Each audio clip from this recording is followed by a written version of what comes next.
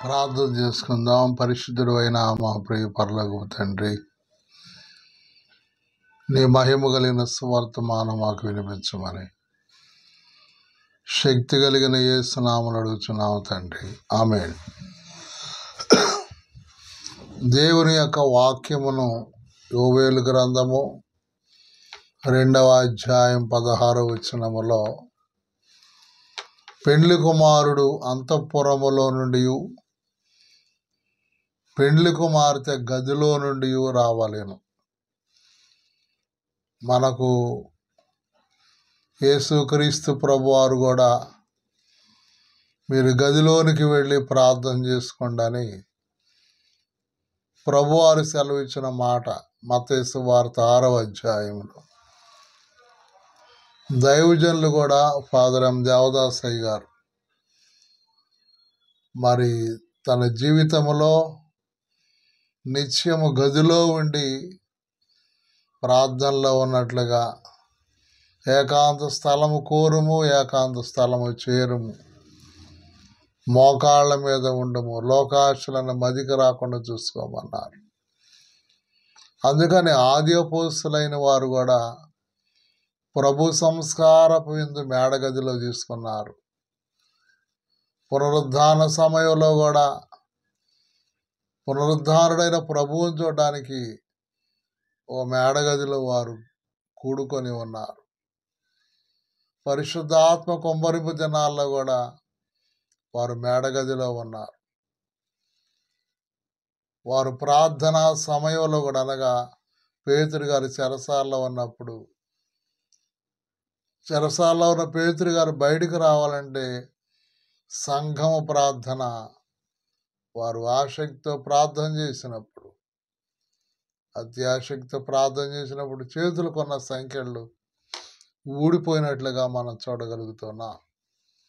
అలాగే ఈ మేడగది లేకపోతే సన్నిధి గదిలో ఉండవలసిన 7 వస్తువులు మనం జ్ఞాపకం చేసుకుంటే, మరి నిన్నటి దినాన ఒకటి అద్దం ఉండాలి, 2వది సబ్బు ఉండాలి, 3వది కాటుక, 4వదిగా నూనె, 5వదిగా వస్త్రాలు వేయిలు, 6వదిగా ఆభరణాలు, 7వదిగా చెప్పులు. ఈరోజు అద్దాన్ని గురించిన విషయాలు మనం ధ్యానం చేసుకుందాం. మొదటి భాగం అద్దం. అద్దం అనేది మరి ముఖం చూసుకోవడానికి ఈరోజు సెల్ ఫోన్లు కూడా వాడుకుంటున్నారు. అద్దానికి బదులుగా ఫోన్లో ముఖం చూసుకుంటున్నారు. యెషయా గ్రంథము 3వ అధ్యాయం 23వ వచనములో చేతి అద్దాలని ఉంది. అంటే పరుసులో కూడా అద్దం పెట్టుకొని వెళుతున్నారు. అద్దం లేనిది మనకేం జరగదు.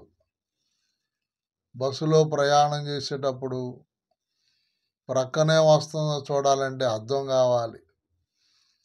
బైక్ మీద వెళ్ళేటప్పుడు చూడాలి, ప్రక్కన ఎవరు వస్తున్నారంటే అద్దం కావాలి. నువ్వు తలదూంకోవాలంటే అద్దం కావాలి.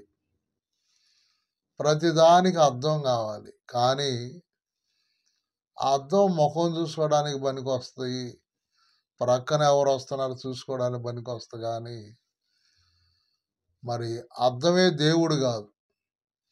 అద్దాన్ని మన పద్దాకలా ఎదురుగా పెట్టుకొని చూసుకుంటూ నీ అందాన్ని బట్టి మురిసిపోతే అందానికి తగిన ప్రతి వాత రేపు నీకు ఉంటుంది.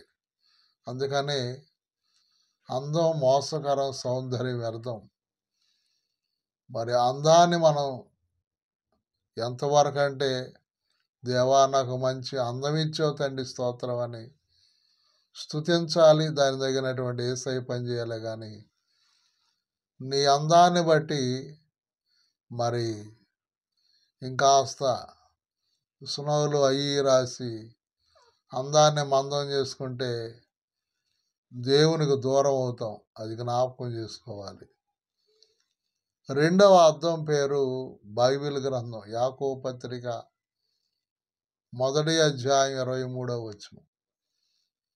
బైబిల్ గ్రంథము చక్కగా చదువుతూ ఉంటే మనం ఎలా ఉన్నామో, మన ఆత్మీయస్థితి ఎలా ఉన్నదో మనల్ని మనకు చూపించేది బైబిల్ గ్రంథం, పరిశుద్ధ గ్రంథం, దేవుని వాక్యం అన్నమాట.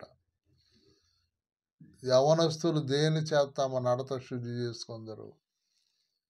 నీ వాక్యమును జాగ్రత్తగా చూచుడి చేతనే కదని 119వ కీర్తన 9వ వచనములో రాయబడి ఉన్నది. మరి వాక్యం అనే ఒక అర్థంగా మనం భావించి, అద్దం చూసుకుంటే ముఖం ఎలా కనపడుతుందో, తల ఎలా దూకుంటాము, ఆభరణాలు ఎలా ధరించుకుంటాము, ఎలాగ వస్త్రాలు అద్దం దగ్గరికి వెళ్ళి ధరించుకుంటాము. నీవు ప్రతిరోజు బైబిల్ గ్రంథాన్ని ఒక అధ్యాయం కానీ, 2 అధ్యాయాలు, 3 అధ్యాయాలు, సమయం ఉంటే 10 అధ్యాయాలు, ఈ అద్దాన్ని ప్రతిరోజు నువ్వు తప్పనిసరిగా చూడాలి. ఏ అద్దం అంటే అది బైబిల్ గ్రంథం అనే అద్దం. బైబిల్ గ్రంథం అనే అద్దం మనం చూడడం వల్ల మన ఆత్మీయత ఎంత మెరుగుపరచబడుతుందో. లేఖనాలు గుర్తుంటాయి, వాగ్దానాలు గుర్తుంటాయి. లోకాన్ని, పాపాన్ని, సాతాన్ని జయించగలుగుతాం. ఎంత దైవశక్తి! ప్రార్థన అంటే మనం దేవునితో మాట్లాడటం, వాక్యం అంటే దేవుడు మనతో మాట్లాడటం. కనుక ఎన్ని అనుభవాలు ఉన్నాయో ప్రతిరోజు ఈ అర్థం కలిగి ఉండాలి. 3వ అర్థం ఏంటంటే దైవ సన్నిధి అనే అర్థం. 90వ కీర్తన 8వ వచనంలో 90వ కీర్తన 8వ వచనంలో మనం సన్నిధిలోనికి వెళ్ళినప్పుడు మన రహస్య పాపాలు ఆయన ముఖబింబంలో కనబడతాయి. మనం చేసిన తప్పులు యేసయ్య దగ్గరకు రాగానే పాపాత్మురాలైన స్త్రీ ఏడ్చి పాపాలు ఒప్పుకుంది. యేసయ్యను చూడగానే యెషయా గారికి యెషయా గ్రంథం 6వ అధ్యాయంలో అయ్యో నా పెదవులు అపవిత్రంగా ఉన్నాయి, అయ్యో నా పెదవులు అపవిత్రమైపోయాయి, నేను అపవిత్రమైపోయానని ఏడుస్తూ ఉంటే ఆ కెరూబులు సెరూబులైన వారు చూసి కారుతో నుప్పు తీసుకొచ్చి పెదాలకు అంటించినప్పుడు ఆ పెదాలు శుద్ధి అయిపోయినాయి. అంటే దైవజనుడు యెషయా గారికి దర్శనములో ప్రభువును చూస్తూ ఉండగానే దేవుణ్ణి చూస్తున్నాడు, దేవదూతలు చూస్తున్నారు, వాళ్ళు స్తుతి చూస్తున్నారు. ఆ స్తుతి మోతకు దర్వాజ గుమ్మాలు కదులుతున్నాయి అన్నాడు. ఇవన్నీ చెప్తున్న ఆయన నా పెదవులు అపవిత్రంగా ఉన్నాయి అన్నాడు. ఎప్పుడు నువ్వు సన్నిధిలోకి వెళతావో, సన్నిధి అనేది ఒక ప్రాముఖ్యమైన అద్దం. ఈ అద్దాన్ని ఎవరు చూసుకుంటారో వారి అంతరంగం బాగుంటుంది, వారి ఆత్మీయ స్థితి బాగుంటుంది, వారు 2వ రాకడకు సిద్ధపడతారు. దైవ సన్నిధిలో ఉండవలసినటువంటి అద్దం ప్రాముఖ్యమైనది సన్నిధి అనే అద్దం. కనుక బహిరంగంగా అద్దం చూసుకుంటే బట్టలు కనపడతాయి, ముఖం కనపడుతుంది, తల కనపడుతుంది, మన బహిరంగ రూపం కనపడుతుంది. అవసరమే, అలాగని దానితోనే ఉండకూడదు. 2వ అద్దం వాక్యం అనే అద్దం. ఈ మాట యాకోబు గారు యాకోబు పత్రిక 1:23లో సెలవిచ్చారు. మనము వాక్యమైన అర్థాన్ని మనం చూసుకోవాలి. 3వదిగా దైవ సన్నిధి అనేది ఒక అర్థం. ఇది బైబిల్ మిషన్ నాయకులు ఫాదర్ ఎం దేవదాసయ్య గారు సన్నిధి భూలోకానికి వచ్చింది, నేను వెళుతున్నానన్నారు.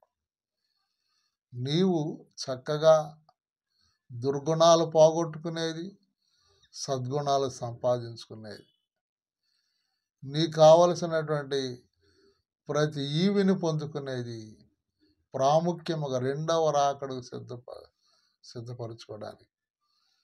అందుకని ప్రతిరోజు 7 శుద్ధులు కలిగి ఉంటూ 7 మెట్లు ఎక్కుతూ ప్రభు సన్నిధిలో ఈ యొక్క అద్దాన్ని మనం చూసుకునే వారమైతే అద్భుతాలు జరుగుతాయి, ఆత్మీయస్థితి మెరుగుపరచబడుతుంది, 2వ రాకడకు మనం ఆయత్తపడతాం. ఆదాము గారి కాలంలో వారు తల దూకడానికి ఎవరు లేరు, కానీ ఒకళ్ళ తల ఒకళ్ళు దూకునేవారు. కానీ వారు ఎదురుగా రోజు ప్రభు వారు ఉండేవారు. ఆదాము ఎదురుగా ప్రభు ఉండేవారు, అవ్వమ్మ ఎదురుగా ప్రభు ఉండేవారు. వారి సన్నిధి అనే అద్దంలో వారు జీవించారు ఎక్కువ కాలం. కనుక మనం కూడా దైవ సన్నిధి అని అద్దం దగ్గర బ్రతుకుదాం. సన్నిధే మన ఆత్మీయ స్థితి మెరుగుపరచబడిదే. అట్టి ధన్యత దీవెన ప్రభు మనందరికి ప్రసాదించునుగాక. ఆమేన్. పరిశుద్ధుడా ఈ మాటలు బిడ్డల హృదయాల్లో పదిలపరచమని యేసు నామమున అడుగుచున్నాము తండ్రి. ఆమేన్.